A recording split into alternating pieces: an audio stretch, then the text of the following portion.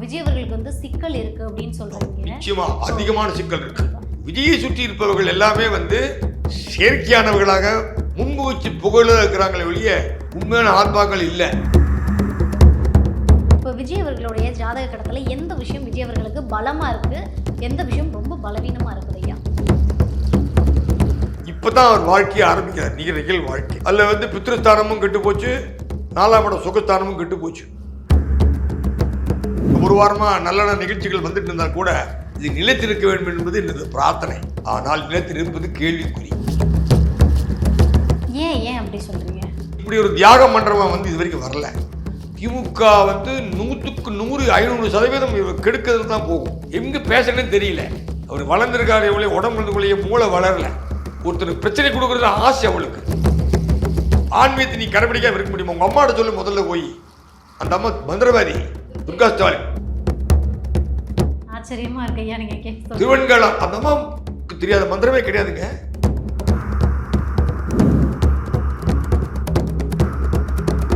வணக்கம், நான் ரவீனா. இன்றைய நேர்காணலில் நம்மோடு இணைந்திருக்கக்கூடிய சிறப்பு விருந்தினர் கோவையிலிருந்து பிரத்யங்கரா உபாசகர் வெங்கட சர்மா ஐயா தான் இருக்காங்க. ஜோதிடத்தில் பல வருட அனுபவம் வாய்ந்த ஐயா நம்ம கூட இருக்காங்க. ஐயா கூட சேர்ந்து நிறைய விஷயங்களை கேட்டு தெரிஞ்சுக்கலாம் வாங்க. ஐயா வணக்கம். வணக்கம். எப்படி ஐயா இருக்கீங்க? நல்லா இருக்கேன். சூப்பர் ஐயா. ஐயா நீங்கள் வந்து ஒரு எப்படி சொல்ல, ஒரு ஜாம்பவான் அப்படின்னு சொல்லலாம் இந்த ஜோதிட துறையில். நீங்கள் வந்து ஒரு 4 வருடத்துக்கு முன்னாடிலாம் நான் பார்க்கும்போது நீங்கள் வந்து ஒரு விஷயத்த ஸ்ட்ராங்காக சொல்லிக்கிட்டே இருந்திருக்கீங்க. புது ரத்தம் தான் வந்து தமிழ்நாட்டை ஆளும், புது ரத்தம் தான் தமிழ்நாட்டை ஆளும் அப்படின்னு. உங்களுடைய வாக்கு வந்து இன்னைக்கு பலிதமாகிருக்கு அப்படின்னே சொல்லலாம். விஜய் அவர்கள் வந்து முதலமைச்சர் ஆகியிருக்காங்க. நீங்கள் வந்து இதுக்கு முன்னாடி ஜெயலலிதா அம்மையாரோட மறைவு பற்றி நிறைய விஷயங்கள் பேசியிருந்தீங்க. உண்மையான விஷயங்கள் எல்லாத்தையும் வெளிக்கொண்டு வந்தீங்க. அதில் முழு முதல் பங்கு உங்களுக்கு இருக்குன்னு சொன்னால் அது மிகையாகாத ஒரு விஷயம் தான். இன்றைக்கி வந்து நீங்கள் பார்த்தீங்க அப்படின்னா திமுக அரசு இப்போவுமே வந்து என்ன சொல்கிறாங்க அப்படின்னா, விஜய் அவர்களுடைய அரசியல் வாழ்க்கை நீட்டிக்காது, விஜய் அவர்களுடைய எதிர்காலம் அப்படின்றது கேள்விக்குறியாகவும் சொல்லிக்கிட்டே இருக்காங்க. இந்த விஜய் அவர்களுடைய சிஎம் பயணம் அப்படின்றது நீட்டிக்குமா ஐயா? விஜய் அவர்கள் முதலமைச்சராக வந்தது கரூர் இருந்து 10 கிலோமீட்டருக்கு நெரூர் சதாசிவ பிரம்மேந்திரால் தான் அவரை கொண்டு வந்திருக்கார். சதாசிவ பிரம்மேந்திராவின் அருள் பெற்ற விஜய் அவர் தான். நிறைய விளக்கங்கள் வருகிறது. அவர் கிறிஸ்துவ மதத்துக்கு இணையாக வேலை செய்கிறார், கிறிஸ்துவ மதத்தை சாபிக்க விரும்புகிறார், எல்லாம் பண்ணக்கூட எது பண்ணாலும் என்ன பண்ணாலும் அந்த திருச்செந்தூர் முருகன் கிட்ட போயிட்டு வந்திருக்கார். அந்த முருகன் இருக்கான் பார்த்தீங்களா, அந்த முருகன் வந்து நெரூர் சதாசிவ பிரம்மேந்திரால் அவருக்கு துணையாக இருக்கிறார். எத்தனை பெரிய கெட்ட சக்தி வந்தாலும் அந்த சக்தி ஒரு தூள் ஆயிடும். ஆனால் இப்போ அவர் வந்து எடுத்த முடிவெல்லாம் சற்று பிறண்ட நிலைகள் இருக்கிறவன் வந்து, அதாவது கட்டுச்சதுக்குள்ள பிரிச்சாலி போன கதையாக தான் இந்த இவன். அதனால தான் இவங்கெல்லாம் கமித்துருவேன் பண்ணிடுவேன் 4 வருஷம் பண்ணுறேன்னு பேசிட்டு இருக்காங்க. அந்த அளவுக்கு கிரகங்கள் வலுவாக இல்லை. ராகுகேதுக்களின் தாக்கம் மிக அதிகமாக இருக்கிறது. ஆகவே ஏற மாதிரி ஏறி டப்பால்னு இறக்கி விட்டுருவாங்க. நான் அதை தான் சொல்லிட்டு இருந்தேன். போன என்னோட நிகழ்ச்சிகள் எல்லாத்துலேயுமே சொல்லிட்டு இருக்கேன். எல்லா பேருக்குமே இது வரும், அடித்து சொல்ல முடியல. அதனால தான் யாராலையும் முடியும். அப்போ ஒரு நண்பர் கூட தொலைந்த யூடியூப்பில் இந்த மாதிரி பேசுகிற நண்பர் கூட இல்லை, நீங்கள் என்னங்க நீங்கள் அதுக்கு ஆசிரியராக பேசுகிறீங்க, இவங்களுக்கு ஆதரவாக பேசுகிறீங்க, டிவிக்கே தான் வரும், ஒத்துக்கிறேன், வந்தாலும் ஒத்த காலம் நிற்க வேண்டி வரும்னு சொன்னேன். அது மாதிரி தான் இன்னைக்கு ஒத்த காலம் நின்றுருக்காங்க. ஆனாலும் எனக்கு இருக்கிற பெரிய ஒரு மிகப்பெரிய கவலை, இந்த கவலை ஆரம்பத்தில் இப்போ இந்த ஒரு வாரமாக நல்ல நிகழ்ச்சிகள் வந்துட்டு இருந்தால் கூட இது நிலைத்திருக்க வேண்டும் என்பது எனது பிரார்த்தனை. ஆனால் நிலைத்திருப்பது கேள்விக்குறி. ஏன் அப்படி சொல்றீங்க? அது வந்து அரசியலில் வந்து வாழ்க்கையில் வந்து இப்படி ஒரு தியாகம் பண்ணுறவன் வந்து இது வரைக்கும் வரல. காமராஜுக்கு அப்புறமே வந்து வந்தவன் எல்லாருமே எப்படி திருடலாம், எப்படி துரோகம் பண்ணலாம், குடும்பத்துக்கு எப்படி துரோகம் பண்ணலாம், நாட்டை எப்படி துரோகம் பண்ணலாம், நம்பினவர்களுக்கு எப்படி துரோகம் பண்ணலாங்கிறது தான் வந்திருக்கானுங்கள் ஒழிய இந்த மாதிரி என் சொத்து போயிட்டு நாங்கள் சோத்து கொண்டு வந்து சாப்பிடுவேன்னு எவனும் பண்ண கிடையாது. என் காரை தான் போகணும் சொல்ல கூட கிடையாது. அந்த வரும்போது இவர் அழிக்கிறதுக்கு எதுக்கிறதுக்கு பல வழியிலையும் சொல்லப்பட்டுருக்கோம், சும்மாவே இருக்க மாட்டான். திமுக வந்து 100க்கு 100 500% இவர் கெடுக்கிறது தான் போகும். ஏன்னா அவர்கள் வந்து வாழ்க்கையை ஆரம்பித்தே திருடி தான் ஏமாற்றி பிழைப்பு தான் ஒழிய அவங்க எல்லாம் ஒன்றும் மனிதர்கள் பேச எப்படியும் அவர்கள் சதியிலேருந்து இவங்க தப்புறது தெய்வம் இருக்குன்னு தான் பார்க்கணும். கண்டிப்பாக முடியாது. அந்த அளவுக்கு திமுக குடைச்சல் கொடுக்குன்றீங்களா? திமுக ஆட்சி கண்டிப்பாக குழப்பம் பண்ணுவாங்க, சும்மா இருக்க மாட்டாங்க. அப்போ அதுக்கு சதவீதம் உதயநிதி பேசுறது பார்த்து தேவையில்லாமல் ஆட்சி நடத்துக்கு போல எப்படி வம்பு பண்ணி விட்டு போயிட்டாரு. தேவையே இல்லை, எங்கே பேசுறேன்னு தெரியல. அவர் வளர்ந்துருக்காரு, எவ்வளோ உடம்புக்குள்ளேயே மூளை வளரல. ஒருத்தர் பிரச்சனை கொடுக்குறது ஆசை அவளுக்கு, அடுத்த கஷ்டத்தை பார்த்து அவ்வளோ ஆசை. ஒரு பிரச்சனை அப்படி தான் வந்து 2 பதவி ஏற்றிருக்கிறார். மக்கள் கொடுத்த தீர்ப்பு ஏற்றுக்கிறீங்க. அப்போ என்ன அர்த்தம்? உதவி பண்ணி எல்லாம் ஒதுங்கி போ, நீங்கள் வெளிநாடு போகிற, உனக்கு எதுக்கு இதுக்கு தேவை வேண்டாது பேசி எங்களை இந்துக்கள் எதிர்ப்பு, இந்துக்கள் அவமானம் என்பது சர்வ சாதாரணமான விஷயம் இந்த காலத்தில். நீங்கள் இதுதான் உங்களுக்கு மூலதனமே அதுதான், திமுக மூலதனமே தான் அதுதான். புரியுது. யார் நீ நினைச்சது ஒருத்தவனால் பண்ணி ஆன்மீகத்தை நீ கடைபிடிக்காம இருக்க முடியுமா? உங்கள் அம்மாட்ட சொல்லி முதல்ல போய். அந்த அம்மா மந்திரவாதி, திருவெண்காடில் அந்த அம்மா வந்து பயங்கர மந்திர ஆவாகனம் ஜெபம் பண்ணுற அந்த அம்மா துர்கா ஸ்டாலின். அந்த அம்மாவோட இதெல்லாம் சாதாரணமானது இல்லைங்க. மந்திரம் திருவெண்காடு ஈஸ்வரர் அகோர பரஸ்பர கோர கோர தர தளரூவா சட சட பிரச்சட பச்சட கக கக வம வம பந்தே பந்தேன்னு மந்திரத்தை காலையில் சொல்கிறவா 3 மணிக்கு 4 மணிக்கு சொல்லக்கூடியவா. அவ்வளோ மந்திரத்தில் தேர்ந்தவர் அந்த அம்மா, சாதாரணமானவர் இல்லை, சாதாரணமா இல்லை. நீ முதல்ல அங்கே சொல்ல முடியும் பாரு. ஆச்சரியமா இருக்கு ஐயா நீங்க கேட்க. திருவெண்காலம் அந்த அம்மாவுக்கு தெரியாத மந்திரமே கிடையாதுங்க. அவங்க அப்பா பெரிய ஆளுங்க, ஞானி. அவங்க அப்பா வாத்தியார். துர்கா ஸ்டாலினோட அப்பா வந்து ஊருக்கு உபகாரி. அதே சமயத்தில் ஸ்டாலினை கூட நம்ம வந்து குறைச்சி மதிப்பிடக்கூடாது. அவரோட புத்தி வந்து காருண்ய புத்தி. அவர் யாரும் உபயோகப்படுத்தலை, விளையாட்டு பொம்மையாக வச்சுட்டாங்க. ஆனால் மனிதர்கள் மாணிக்கம். பசி தாங்க மாட்டான், அடுத்தவன் பசின்னா தூக்கி கொடுக்குறவன். நீங்கள் அவருக்கு போய் உதவி கேட்டுட்டீங்கன்னா அவர் சும்மா அனுப்ப மாட்டார். அவங்கள எனக்கு நிறைய அனுபவம் இருக்கு.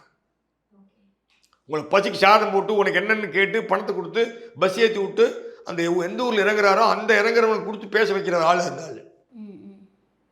அவரும் ஒன்றும் சாதாரணமாக சும்மா பல்லு போட்டு பேசக்கூடாது. நான் வந்து ஒரு காலத்தில் ஸ்டாலின் தலைவராக வந்தால் டிஎம்கே மெம்பராகனு சொல்லியிருக்கேன். அப்புறம் ஏன் வந்து ஸ்டாலினையே வந்து மக்கள் குளத்தூர் தொகுதியில் தோக்கடிச்சாங்க? ஆமாம், அப்புறம் கூட இருக்கிறவன் வந்து எப்போ திருடுறான்னு பார்த்துட்டு இருந்தா, ஏமாத்துறவங்கிட்டவே இப்படி அவனா பார்த்து பொய் சொன்னால் நம்பிடுறாரு. செக் பண்ணுமா வேண்டாமா? நல்லவனை போடுறவன் பரமசண்டாளன். நீ எப்போ பார்த்தாலும் பிறரையும் இது பண்ணிட்டு இருந்தீங்கன்னா நல்லவன் வாயில் விழ வேண்டாமா? எத்தனை பேர் உன்னை சாபம் போடுவாங்க. உன்னை ஏதாவது இந்துக்கள் ஏதாவது ஒன்று எதாவது பண்ணாங்களா? இந்துக்கள் ஓட்ட வச்சு தான் வந்திருக்கு. நீ உனக்கு பிடிக்காது போயின்று, நீ போ.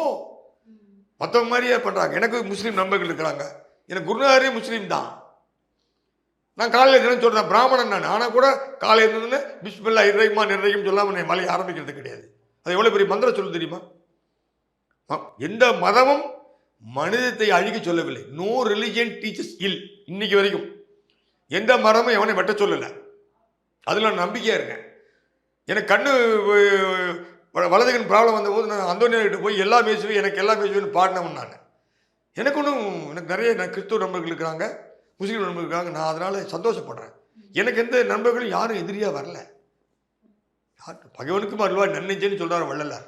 நாங்கள் அப்படி தான் வளர்ந்துட்டு இருக்கிறோம். யாரையும் இன்னும் எதுக்க முடியும்? நான் எதுக்கு இல்லை. எவனோ சொல்கிறத கேட்டுட்டுலாம் ஆட முடியாது.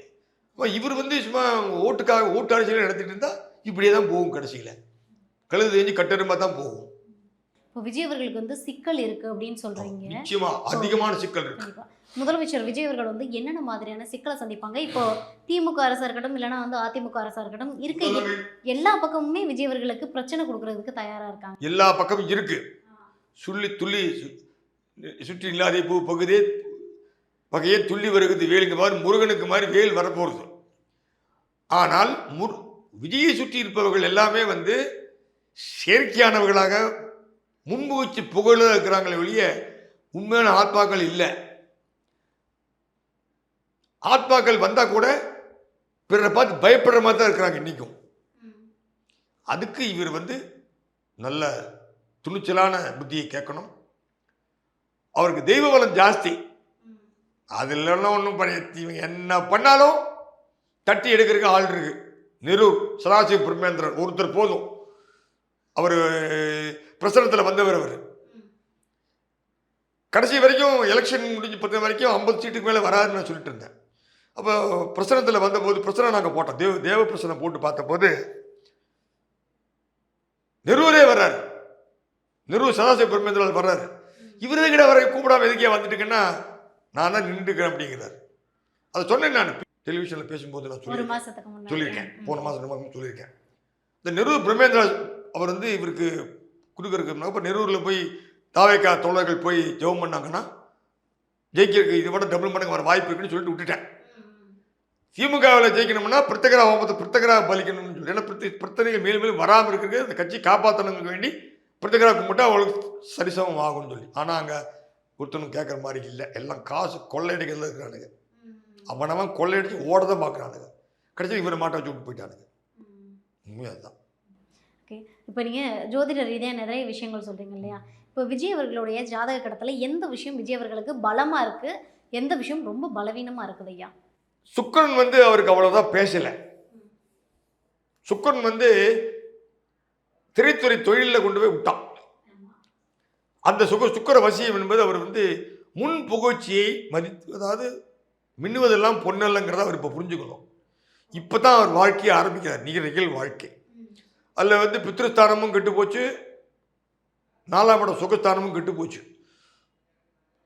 சுகஸ்தானம் பஞ்சபட்ச பரிமாணம் 4 ஒரு மீனி பொழுது வண்ணம்லாம் இல்லை, சாதாரண டப்பா தூக்கிட்டு வர்றாரு பார்த்தீங்களா நீங்கள்? அது எளிமை. அப்போ அது 4ஆம் இடம் கெட்டிருந்தாலும் தனக்கு பிடிச்சதை கண்டதை திங்க மாட்டார், போதுங்கிறதான் வைப்பார். அவர் முன்னுக்கு வருவதற்கு மிகப்பெரிய குருமார்களை அவர் தேர்ந்தெடுக்க வேண்டும். இப்போ அவர்கிட்ட வர்றவெல்லாம் எப்படி காசு சவாரி கிண்டிட்டு போகலான்னு தான் பார்க்குறான். ஆன்மீகவாதி ஆகட்டும், அரசியல்வாதி ஆகட்டும், ஜோதிடர் ஆகட்டும், எவ்வளவு கிண்டலான்னு தான் பார்த்து போயிட்டு இருக்கான். இவன் பட்ட ஒரு கர்மயோகையை எப்படி கொண்டு வருவது என்பதை எவனும் நினைப்பதில்லை. நான் அதைத்தான் நினைத்தான் அழுது கொண்டிருக்கிறேன். கடைபிடித்தேன் கொள்வார் இல்லைன்னு சொல்லிட்டு பல்லலார். நான் அப்படிதான் பிரத்யேகரா உங்களை பண்ணிவிட்டு பிரசாதம் வந்து வாங்க வாங்க நாங்கள் அழுதுட்டு இருக்கிறேன். ஆனாலும் முடியாமல் 25 வருஷமா இதுவே கதியாக இருக்கிறேன் நான். ஆனால் என் குருநாதர் எனக்கு போட்ட பிச்சை. இன்னும் என் மனசு வந்து நான் சுகத்தை விரும்புவதில்லை. எனக்கு 9 மணிக்கு சாகனம் என்ற விதி இருந்தால் 9 மணிக்கு பிரத்யேகரா ஹோமம் பண்ணுறேன்னு பார்க்குறேன் இன்னி வரைக்கும். ஆனால் எனக்கு எவ்வளோ கொலை மூச்சிகள் என்னை கொண்டு போய் காலில் கட்டி கடலில் விட்டவங்க இருக்கிறான், என்னை வெட்டுறதுக்கு வேண்டி போட்டவங்க இருக்கான். ஆனால் எல்லாமே 5-6 ரூபாய் என் மேலே வெட்டலை. வீரப்படி பிடிப்பதற்கு காட்டில் நான் வந்து பறவைகளுக்காக வேண்டி 18 நாள் ஹோமம் பண்ணுவேன். அந்த பறவை பறந்து காட்டும். நான் பண்ண ஹோமத்தால் பறந்து காட்ட முடியல, அதனால தான் வீரப்பனை பிடிக்க முடிஞ்சுது. அந்த 10 பறவை பழக்கி வச்சுருந்தான் வீரப்பன். அந்த 10 பறவைகளை வசியம் பண்ணி வச்சுருந்தான். மக்கள் மனிதர்கள் எவராக வந்தால் அது பறந்து காட்டும். அந்த பறவை நான் பறக்க விடாமல் பண்ணேன். டிஜி நடராஜன் தான் நல்லா என்னோட நல்ல பழக்கம், அவர் தான் பண்ணார். திடீர்னு இன்னொருத்தர் வந்துட்டார், இன்னொரு அதிகாரி. அப்போ அவர்களெல்லாம் பண்ணார். அப்போ கூட எனக்கு பல மிரட்டல்கள் வந்தபோது கூட நான் உயிருக்கு பணயமான விஷயங்கள் நடந்தபோது கூட நான் அதை பற்றி உயிரை பற்றி கவலைப்படவே இல்லை. நான் செத்து போனேன், என்ன ஆகும், ஒன்றும் ஆகாது, ஒரு வாரம் 10 நாள் இருக்கும், அப்புறம் அம்மா வேலையை பார்க்க போயிடுவான், அதுதானே வாழ்க்கையே. அதை நான் கவலைப்படுத்தி என்னோட குருநாதர் சொல்லுறதை நான் பண்ணேன். குருநாதர் ஆணைப்படி மீறலை இது வரைக்கும். ஸோ ஆன்மீகத்தின் வலுவில் தான் விஜய் இருக்க முடியும். விஜய் இது பண்ணுவார். இந்த ஆட்சியில் வந்து பலவிதமான குழப்பங்கள், சிக்கல்கள் எல்லாம் நடக்கும். எதிர்பாராத பல சதிகள் கூட நீங்கள் 1ஆம் தேதிக்கு மேலே நடக்கும். ஆமாம். ஆனால் வாழ்ந்தவர் கோடி, மறைந்தவர் கோடி, மக்கள் மனதில் நிற்பவர் யார் என்ற கேள்வி பார்க்கும்போது விஜய். ஆமாம். இன்னொரு எப்படியும் இல்லை, அவர் கிரகங்கள் அவர் வந்து பேடாக தான் இருக்கு. 2 கிரகங்கள் கடகத்திலேருந்து குரு வர்றது ஒன்று பெருசாக பேசலாம். ஆனாலும் சில ஏறுனா காலை பிடிச்சி இழுக்கிற மாதிரி தான் இருக்குது. அவங்க 9ஆம் இடம் பித்ருஸ்தானமே அவருக்கு அவ்வளோ அமையலை. அப்பா தந்தை ஸ்தானம் பாக்கியம் எல்லாம் அவருக்கு இது பண்ணல, எல்லாமே குத்துற மாதிரி தான் இருக்குது. அதெல்லாம் நம்ம பண்ணோம்னா ஒரு நல்ல குருநாதர், நல்ல ஒரு ஆளுகிட்ட வாங்கி திங்காதவன், ஏமாத்தவங்கிட்ட திங்காதவன் பசி பசின்னு அலையக்கூடாது. பசியான பரவாயில்ல, வேலையை முடிச்சு தான் போவாங்கிறவங்க வந்தாலும் ஜெயிக்க முடியும் அவர்கிட்ட. அந்த மாதிரி ஆளை செலக்ட் பண்ணணும். அதுக்கு எல்லாம் சந்தர்ப்பங்களை கொடுத்தா நடக்கும். ஆனால் கலியுகத்தில் வந்து பாவம் தான் பெருகும். ஆனால் இவருக்கு வந்து முருகன், திருச்செந்தூர் முருகன் முக்கியமான நிலையில் இருக்கார்.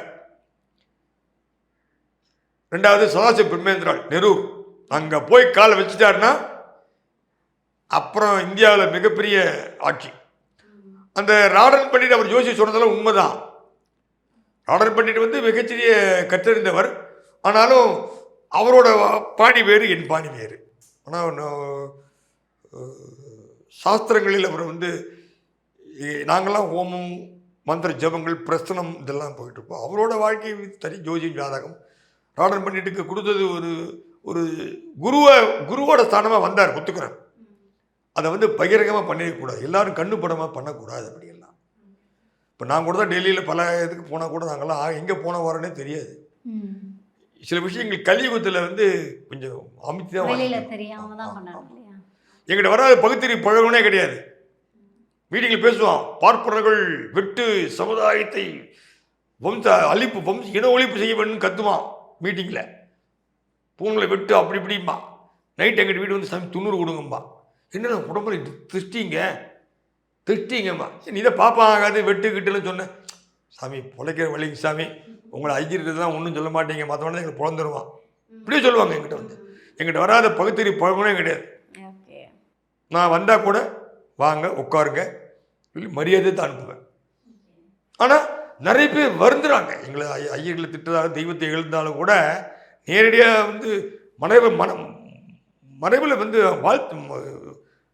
பொழப்புக்காக வேண்டி சாமி திட்டுறது வச்சுருக்கானுங்களே ஒழிய மனசார யாருமே பண்ணுறதில்லை. எங்கிட்ட வராத பகுத்தறிவு பழகனே கிடையாது. எங்கிட்ட வர அத்தனை பேரும் கல்யாணம் பண்ணி வச்சுருக்கேன், தாலி ஜெபம் பண்ணி கொடுத்துருக்கேன். எத்தனை பேர் தாலி மாற்றினாங்க, அத்தனை நாள் என்கிட்ட வந்துச்சு. நான் தான் லால்குடி மாங்கல்ய முறை சனியில் போய் தாலியை ஜெபம் பண்ணி கொடுத்து திருப்பி கட்ட வச்சேன். இது எத்தனை பேருக்கு தெரியும்? போலி வாழ்க்கை. சரி, நான் நம்ம என்னோட கொள்கை எப்படின்னா, நிலா ஓடிவா, நில்லாமல் ஓடிவா, மலை மேலே ஏறிவான்னு குழந்தைக்கு ஒரு பொய்யை காட்டி சோறு ஊட்டுறோம்.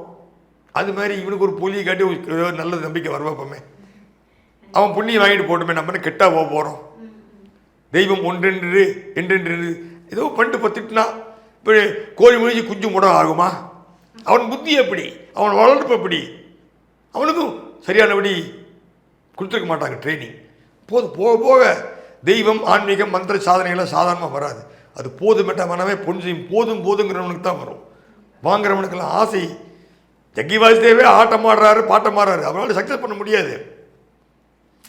எல்லாத்துக்கும் ஆசைப்படுறேன், எல்லாத்துக்கும் ஆசைப்படக்கூடாது. பேய் தான் ஆசைப்படும் எல்லாத்துக்கும். போதும்னு வரணும். போதுமென்ற மனமே பொன் செய்யும் மருந்து. அதுக்கு போதுமென்ற மனத்துக்குள்ள வாழ்க்கையில் நிம்மதி எங்கேயும் கிடைக்காது.